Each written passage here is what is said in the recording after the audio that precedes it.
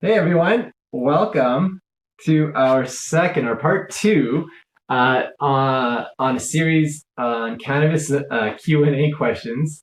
My name is Steve Billen with the Thunder Bay District Health Unit, and I have two guests with me tonight. Allow them to introduce themselves. Thanks. I'm Constable Mark Catani, Thunder Bay Police Service Traffic Unit. I'm Amanda Elder, Tobacco Enforcement Officer with the Thunder Bay District Health Unit. Right on. Thank you both for joining us tonight. We want to have a good conversation this evening about the rules and regulations surrounding cannabis.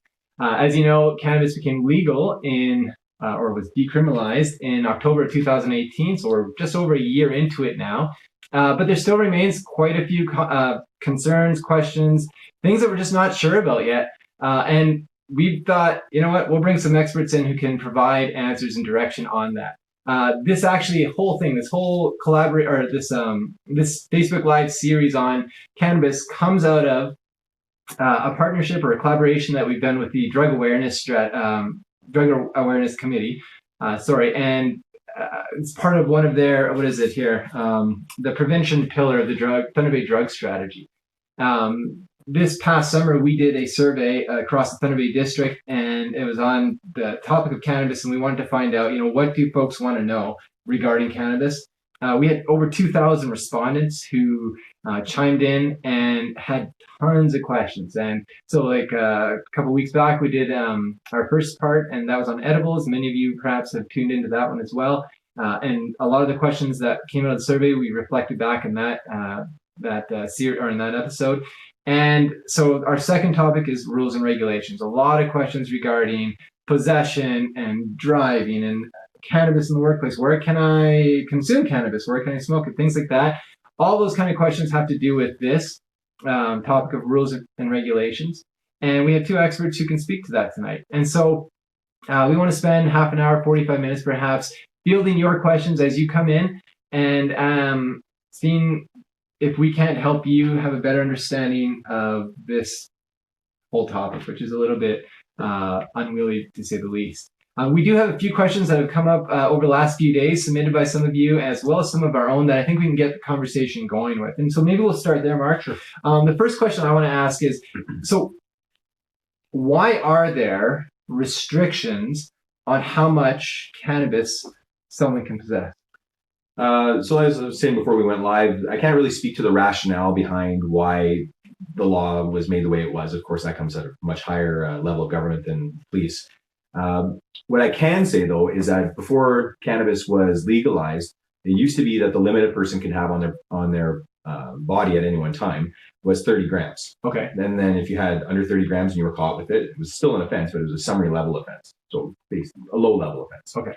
If you had more than 30 grams on your person, it was an indictable offense or a hybrid offense. It could go either way. So if we look now, post October 2018, that's what the limit is. The limit's still 30 grams. So could it be that below 30 grams is a personal level? Anything above 30 grams is considered maybe more possession for the purpose of trafficking? Perhaps. That's kind of where I think it's going. But again, that's just a personal thought. I don't really know why the government went that way. Okay. Now, sort of as a lead up to that. So I understand cannabis can come in all sorts of different forms. Sure. And that must be challenging for you as enforcement officers, and maybe yourself as well, Amanda, to, what's 30 grams? How do you determine that on a case-by-case basis? Can you speak to that a bit? Yeah, well, the difficulty becomes it's not only dried cannabis that people have on their person. Right, so people can have seeds, they can have edibles, they can have fresh cannabis. Yeah. We're looking at drinks coming down the road. So, really, the regulations become quite tricky when we're at the side of the road with an individual trying to determine whether they have more or less than 30 grams. Sure. Kind of a rule of thumb, if somebody has dried cannabis on them, it's kind of the size of your regular cell phone. You can use that. Okay. That's sort of how we've been taught, right. As a ballpark. Just okay. Look. So if it's obviously less than that, then you're probably not going to go any further with it. Right. If it's 5 cell phones worth, then you have... We're going to have a conversation. We're going to have a conversation, exactly. Yeah. Okay. Yeah, well, that makes sense. And I can appreciate, though, the difficulty, especially, as you say, the different products that are available, whether it's edibles or seeds or, I don't know, leaves, everything. And, it's hard. Amanda, is it legal to smoke or to vape cannabis, or specifically medical cannabis, within the workplace? Well, with the Smoke Free Ontario Act, it does include smoking tobacco, cannabis, and vaping any substance. So it actually is illegal to smoke or vape within an enclosed workplace, which would also be included with enclosed workplace vehicles. Yeah. So this doesn't matter if it's recreational or medicinal, both would be captured in there. Your workplaces may also have policies in place that would have smoke and vape free, or maybe even cannabis free properties, depending on the type of work and what that workplace has decided. Cool. I have to let you know that sometimes I'll be at the stoplight and I'll see a company vehicle and somebody's smoking in there, presumably cigarette tobacco. Yeah. What's my course of action on that? Well, I hate to be the jerk that like rats on them, but I also like, want to people stop. Well, we always invite people to contact us at the health unit. So there Okay. is 2 tobacco enforcement officers, and we do respond to all of those complaints. So we would ask for as much detail as possible. So where, when, what vehicle, and if there was any identifying markers on the vehicle. So was it vehicle number 19 or I see. A or Okay. B? Yeah. And what That helped time? us identify who the driver was. Okay. Following that, we would follow up with that workplace. So does it follow within our legislation? Some federally regulated workplaces do not fall within us, but most do fall within the Smoke Free Ontario Act because it's provincial legislation. Oh, okay. So we would follow up with the company, ensure that they are informing their employees and employees are aware, and it could end with charges as well. Okay. Wow. Okay. Well, so there is a responsibility for citizens like us to bring that kind of information to folks like you. Cool. Mark. Yes. Here's an easy one. You can knock this one in the park. Ready? Well, I'm going to swing and miss here. No. Okay. How can someone obtain legal cannabis? A good one. The only legal way right now to obtain cannabis is through a licensed retailer in Ontario. So currently, in Thunder Bay at least, it's the online Ontario store. You have to go on the Ontario Cannabis Retailer store, OCS. OCS is the only legal place to purchase it right now. They are looking at brick and mortar stores in Thunder Bay. There are some already open in Ontario, primarily in Southern Ontario. Okay. But there are many applications currently across the province. So I heard something about the lottery system as well. I don't know if you can speak to that all. I can't. But maybe. There was a lottery, and Thunder Bay was allocated at least one storefront. Right. It's still in process right now. They did announce on the news a few weeks ago that the location is hopeful to be on Memorial Avenue. Oh, okay. That still has to go through some different steps. The public gets to respond to that once it is made official. So right now it's just news reporting. There hasn't been no official news from the AG. Okay. So basically, at the end of the day, right now, unless cannabis is consumed or is purchased from online retail or Ontario sanctioned retail outlet, it's illegal. It's illegally essentially taken. Good to know. Amanda, where I know you're all about the location where you can smoke. So where in public can we consume cannabis? So I think there was a big misconception started last October when cannabis was decriminalized. That great, I can now smoke it anywhere I want to. Well, the Smoke Free Ontario Act was actually updated at the same time to include cannabis to kind of regulate it in a sense. So where you can't smoke cigarettes or vape any substance, that also includes cannabis, medical or recreational. So some of the big things is youth-orientated areas. So on playgrounds, on sports fields, in the bleachers for sports fields, at community rec centers, community centers, and then 20 meters beyond those areas. So they want to push it further and further away from youth. And that's not just being cannabis, but also tobacco use as well. Other areas would include the hospital is a smoke and vape free property through the Smoke Free Ontario Act. So you would have to go off a property as we see an issue there and throughout the district. Other places would include, I'm trying to think if I'm missing anything. Patios. Patios is a big thing. Yeah. It used to be just smoke-free patios. Now it's smoke-free, vape-free patios and cannabis-free. And 9 meters beyond it. So now you can't just stand on the other side of the patio. You have to move away at least 9 meters. Schools with youth, So it's either 9 meters or 20 meters? Yes, those are the two outdoor extra Okay. stipulations and a lot of the properties. So before it used to just be the buildings as an enclosed public place or an enclosed workplace. Sure. Now they're adding the whole property to it. So arena, hockey season, skating Yeah. season is in. Yeah. So that's going to be a big one. So nowhere on the arena property and then 20 meters beyond. Mm-hmm. Now, if it's your private residence that falls within that 20 meters, it doesn't apply. No, anything. It's any public area. So sidewalks, parking lots, all that would be included. What about like a landlord, like an apartment building or a residence of that nature, where it's multi-unit dwelling kind of thing? What are the rules pertaining to that? So any common areas would be legislated by us. So it would be foyers, hallways, stairwells, common laundry areas. If there's shared kitchen or shared living areas, that'd be also included. It's up to the landlord to decide if the units themselves would be smoke-free, vape-free, and or cannabis-free. So if a tenant, and I don't mean to sidetrack, but this is a question I'm and we get it in. often as well. Yeah, if I'm a tenant in an apartment and my next door neighbor is smoking in his house, I can appeal to the landlord and say, hey, can you make your building smoke free? And if the landlord decides not to do that, am I kind of hooped? Yeah, it's the same things if you lived in a single unit, like a house, and your neighbor and their patio was right near them. Closer, yeah, so there are things landlords do have to do. They have to ensure that your lifestyle is not being highly affected by that. So it could be ventilation. Say the tenants document any, especially emails the best with your landlords, because if there is an issue and they're not adhering to it, or if it is already a policy that the whole building is smoke free and there is smoking cannabis, then it can go to the landlord tenant. Oh, okay. Yeah, okay. and they can help you there. That's the same advice that we give. Document everything. We give incident numbers when we go for complaints. Just keep track of everything. So if it does go to the... Just out of curiosity, is this a big part of your job? Do you guys get a lot of complaints of this nature? We have not. No.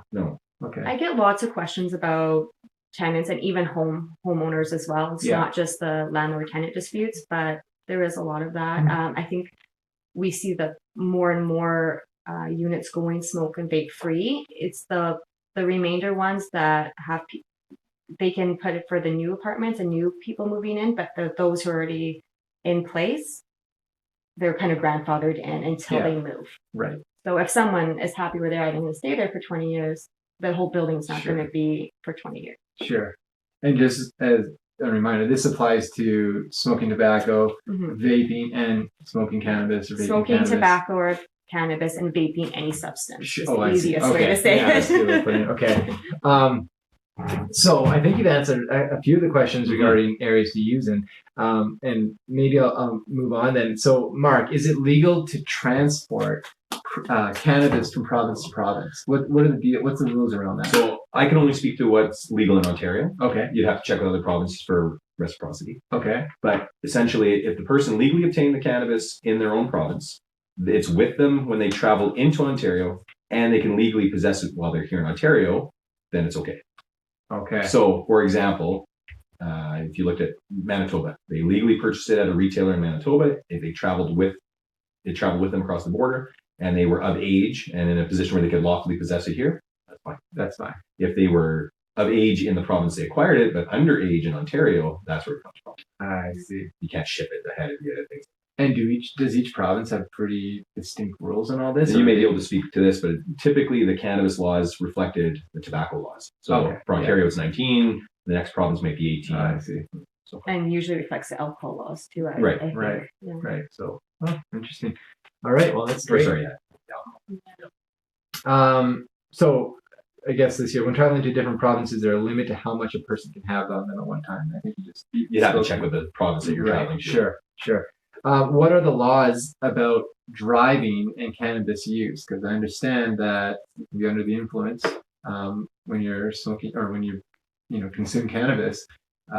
It's obviously going to impair your driving. A lot of people don't realize that or don't believe that, but maybe you can speak to that first. Yeah, so I could go on for a while with this. I'll try not to. Impairment is impairment. It doesn't matter what it is. So if alcohol is the substance that's impairing you, whether it's prescription medications, whether it's cannabis or illicit drugs, if you're impaired by any substance, that's an offense. Okay. So that nothing has changed with the legalization of cannabis. It was illegal to drive under the influence before, and it still is now. Sure. It also doesn't matter whether it's medical marijuana or cannabis or not. If you're impaired by it while you're driving, so if you're on medical cannabis, that's going to affect your driving regardless. That's right. Just say it's similar to if you're using prescription drugs and then you're impaired by them. Sure. Yeah. And I don't know about cannabis packaging, but with prescription medication, usually tells you what you can and cannot operate. Yeah, don't drive a motorized vehicle while under the influence. Right. So or whatever. Sure. Nothing's changed there. What has changed are the per se level limits. So when we say per se, we're talking about a number that is in and of itself illegal to be in excessive. So with alcohol, we always talk about over 80. Okay. So it's illegal to, now it's 80 plus. So now it's illegal to have a blood alcohol concentration of 80 milligrams of alcohol in 100 milliliters of your blood or greater. With cannabis, they make a new law as well. So it's in relation to the nanograms of THC that you have in your body, in your blood at the time of your driving. Right. So they created a number of different offenses. The first is a summary level offense.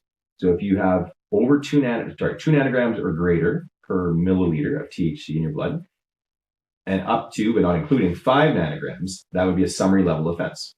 Okay. At 5 nanograms or greater per milliliter, now you're at a hybrid offense. You can go by way of summary or indictment. So it's at the same level as being 80 or greater, 80 milliliters or greater. So it's on par. The offenses or the penalties are the same. They created another offense, which is kind of unique in the sense that it's a combination of having a lower blood alcohol level plus having a lower THC level. Right.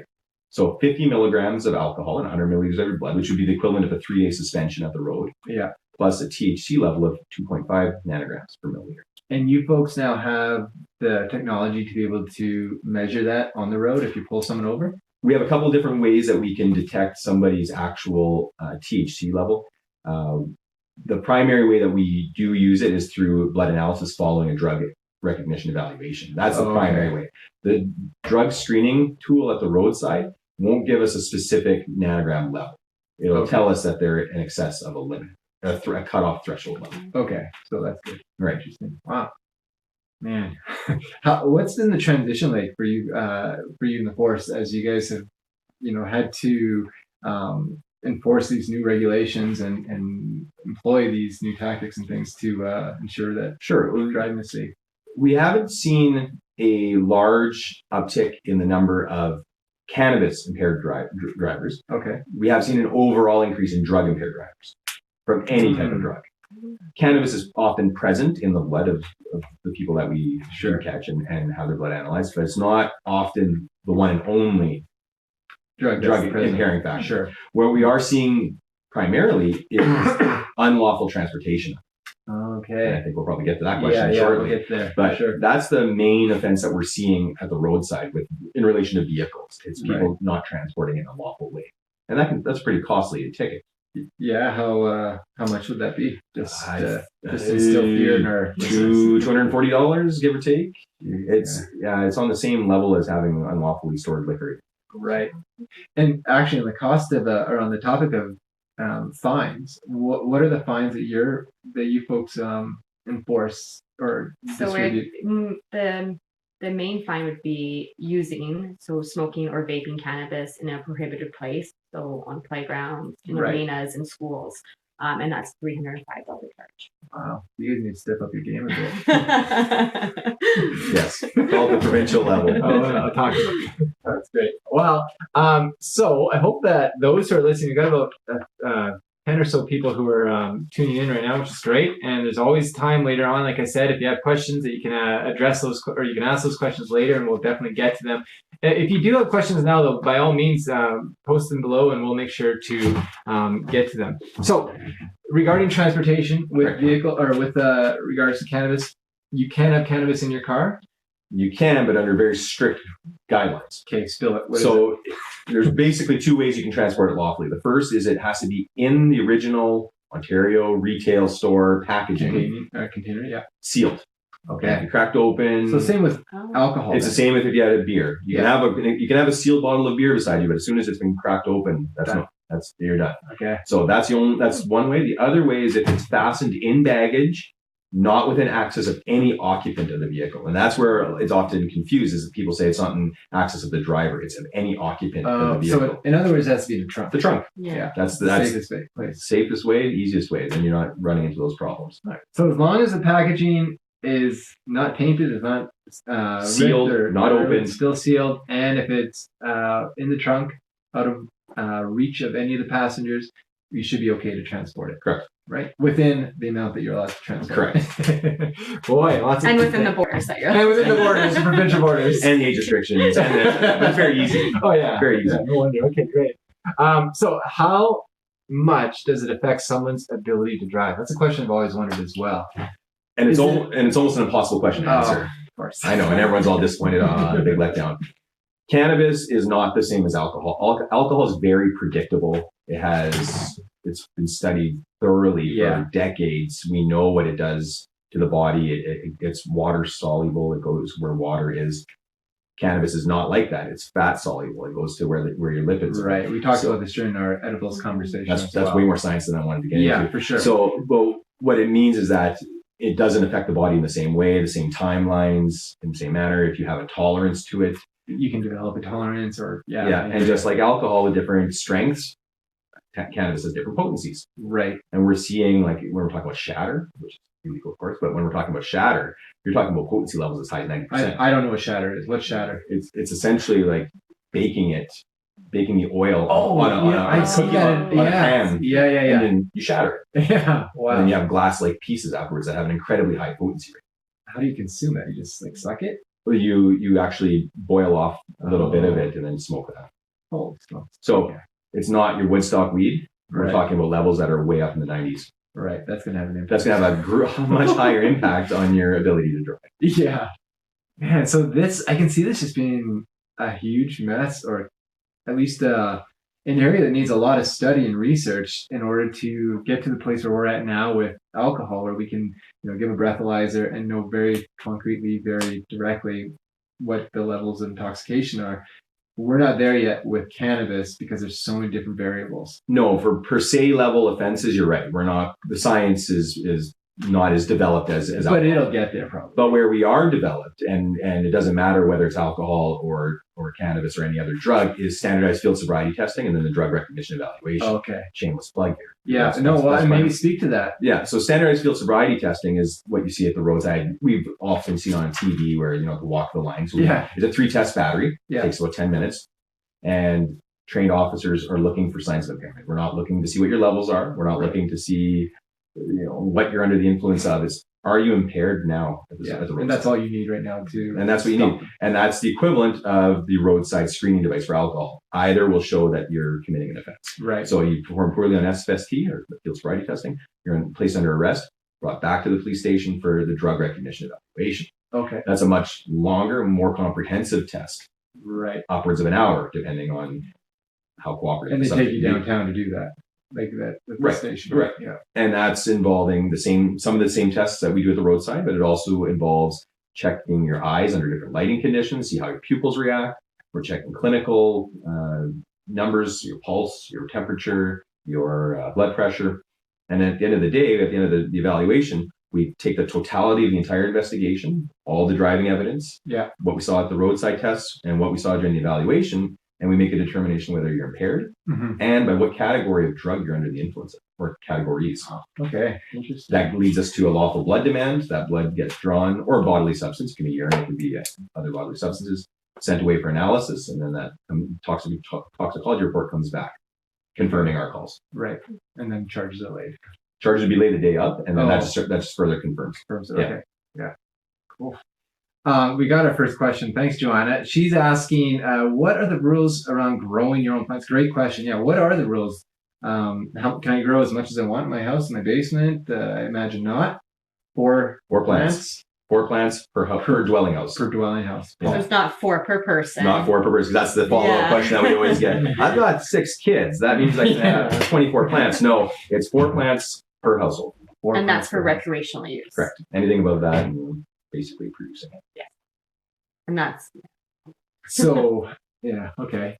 Well, I hope that addresses your question, Oh, Joanna. that was probably too fast of an answer. Well, no, that's it's We don't pretty, have- now we have- it's pretty black and white. Yeah, eh? airtime. It could be Yeah. in your yard or in your house. Yes, so it includes, that's a good question, it includes your garden, Mhm. any land that you own, the buildings that are on the land you own, so it can be in your back shed, basically anything that is in or around your dwelling house.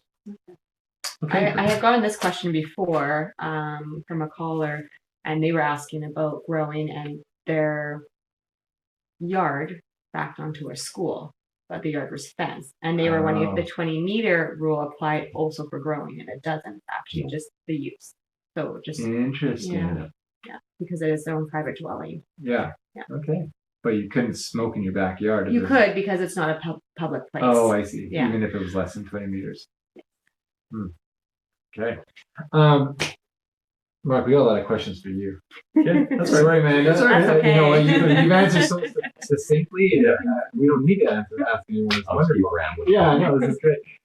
Okay, so we asked how much it affects someone's ability to drive. Yep. Why do people think it's okay to take cannabis and then get into a car and drive? Like, what's the rationale in their minds? I don't know. Ask them. I mean, you see to these guys all the time when you pull them over. Like, do you ask them that? Like, how do you think this would be okay? No, I don't ask them. No. We have to remember that alcohol, drinking and driving goes way back. It goes a long way back, and as far back as I can remember, even as a kid, there were a lot of public service announcements. In the 80s, there was a big push to make it unacceptable at a social level. Drugs. Alcohol and Oh, alcohol and I mean, we saw like drunk driving. right. There was, and all that. yeah, exactly. MAD came about, Arrival Live. There were no community ride programs. Yeah. There were no communities in North America that were unaffected by, especially teens, drinking and driving and causing fatal collisions. Sure.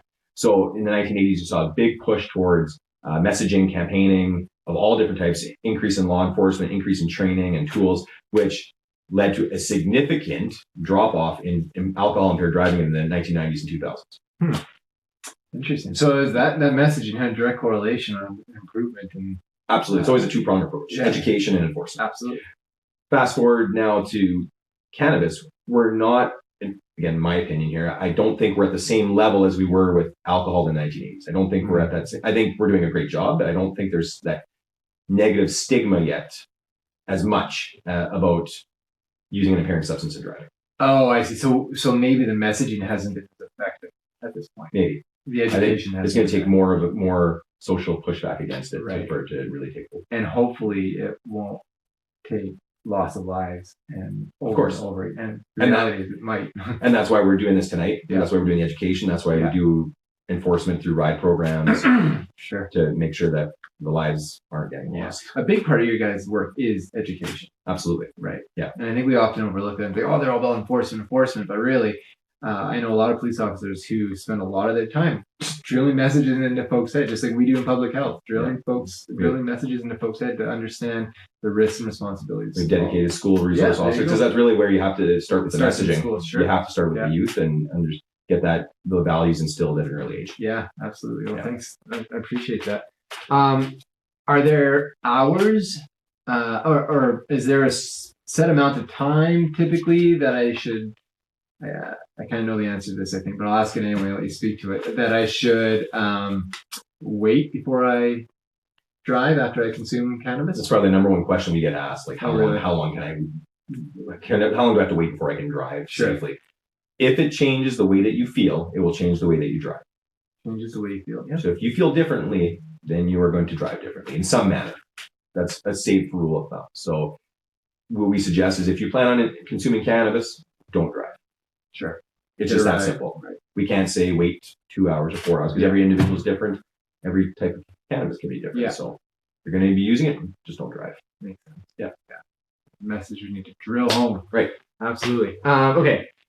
So we talked about growing, how much we can grow. We said that you can grow 4 plants in your house or in your backyard. And yeah, how can I grow my own legally? Yeah, how can I grow my own legally? Are there like certain rules and regulations surrounding how you grow it? Any of that? The seeds have to be legally obtained So through the, Through the- at this point through the website? through the website. Yeah. And from there, you're growing them as long as you're following the other laws that we talked about. Not having more than 4 in your household is the main one. Then Okay. You're growing it lawfully. Wow. Okay. Would you have to keep the packaging from your seeds to prove it, I guess? In Or your own receipt. household? That's a good question. Yeah. I'll let you know when I run into Okay. that case. How often do you run into residential issues in growing? I mean, grow ups, I suppose. Or is that still something you can speak to? Grow ups? Yeah. I don't see them, but in my day to day. But like I said, I'm in the traffic unit, so Yeah. I'd have a limited exposure to that. Imagine But, there's a whole. I mean, not that I have a family member who grows it in his garden, right? Right. Okay. Well, on that note, I think we'll sign off. There haven't been any other questions that have come in that I've seen. Just taking a look here. That's all I've got. So one question from Joanna we've addressed. Thanks very much, Joanna. Like I said, folks, if you've got questions, feel free to submit them in the comments below, and we will get to them in the next day or two. Thanks to those who have tuned in. We hope that we provided some valuable information that you can carry with you in the future as you move forward, whether you choose to consume cannabis or not. And that you can further educate other people. And remember, I think just maybe one takeaway message from tonight is just the importance of education regarding cannabis and the law, rules and regulations surrounding cannabis, knowing your own limits. Anytime you take cannabis, not to drive, it's gonna, what did you say? It's gonna affect your... It changes the way you feel, it will change the way you drive. Yeah.